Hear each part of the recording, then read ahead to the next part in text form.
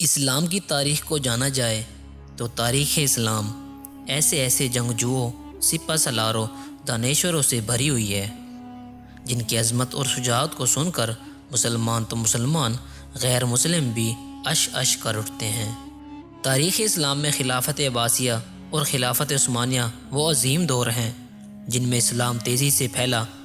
آج کی اس ویڈیو میں میں آپ کو سلطنت عثمانیہ کے ایک ایسے کردار کی حقیقت بتاؤں گا جس نے 126 سالہ زندگی میں دین اسلام کے نام کئی جنگیں لڑی اور لاکھوں کافروں کو جہنم حاصل کیا۔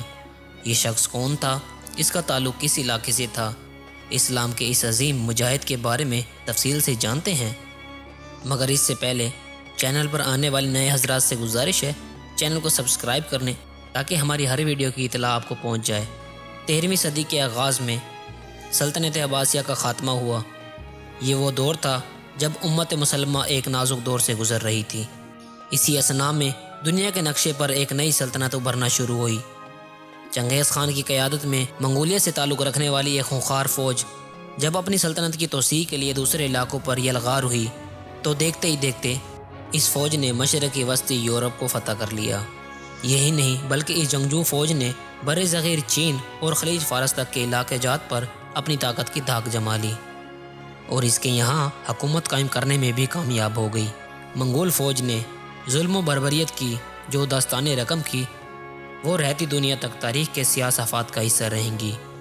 منگول فوج نے تمام تر ہولناک کامیابیوں کے ساتھ ایک مسلح سخت جان فوج کے ہمراہ ترکی اور ایران کی طرف رخ کر لیا۔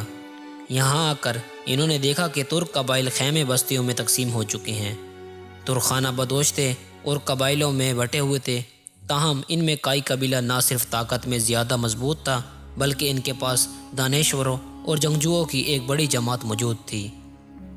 کائی قبیلہ کے سردار سلیمان شاہ کو سمجھدار سپہ سالار مانا جاتا تھا، جبکہ ان کے بیٹے ارطغرل غازی کی بہادری اور شجاعت کے قصے بھی تاریخ کے اہم حصے میں ہیں۔ تاہم کائی قبیلے کی اصل طاقت نہایت ہی بہادر شخص کو مانا جاتا تھا۔ محققین نے اس شخص کا نام ترغت غازی کے طور پر کتب میں درج کیا ہے۔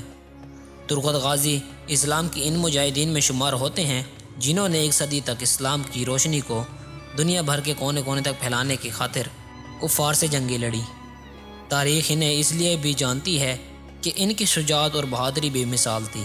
اس کے علاوہ تاریخ میں لکھا گیا ہے کہ ترغت غازی اتنے بہادر تھے اکیلے 20 آدمیوں سے لڑ سکتے تھے، اور اگر ان کی آنکھوں پر پٹی بھی باندھی ہوتی تو پھر بھی یہ بخوبی لڑتے تھے۔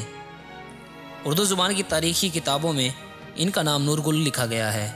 ترغت غازی انتہائی خوبصورت اور کٹیل جوان تھے۔ اس جنگجو سپاہی نے میدان کارزار میں جرت کی وہ مثالیں قائم کی ہیں جنہیں سن کر ہر مسلمان میں جہاد کا جذبہ جاگ اٹھتا ہے۔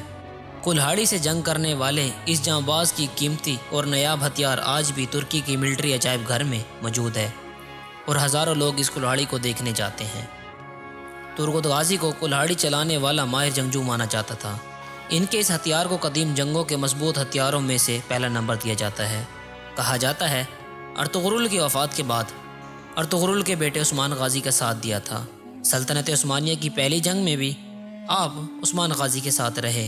1299 میں آپ کو عثمان غازی نے ایناگول فتح کرنے کے لیے بھیجا۔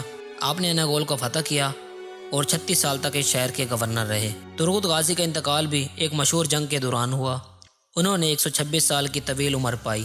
چنانچہ ان کی وفات پر پہلے تو ان کو ان کے وفادار دوست ارطغرل غازی کے مقبرے میں غازی کے دامن میں دفن کیا، لیکن پھر کسی اہم وجہ کی بنا پر ان کی لاش کو بعد ازاں اینیول شہر منتقل کیا گیا جو کہ سب سے پہلے ترغت غازی نے فتح کیا تھا۔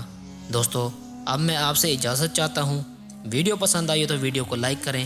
ملتے ہیں اگلی ویڈیو میں۔ شکریہ۔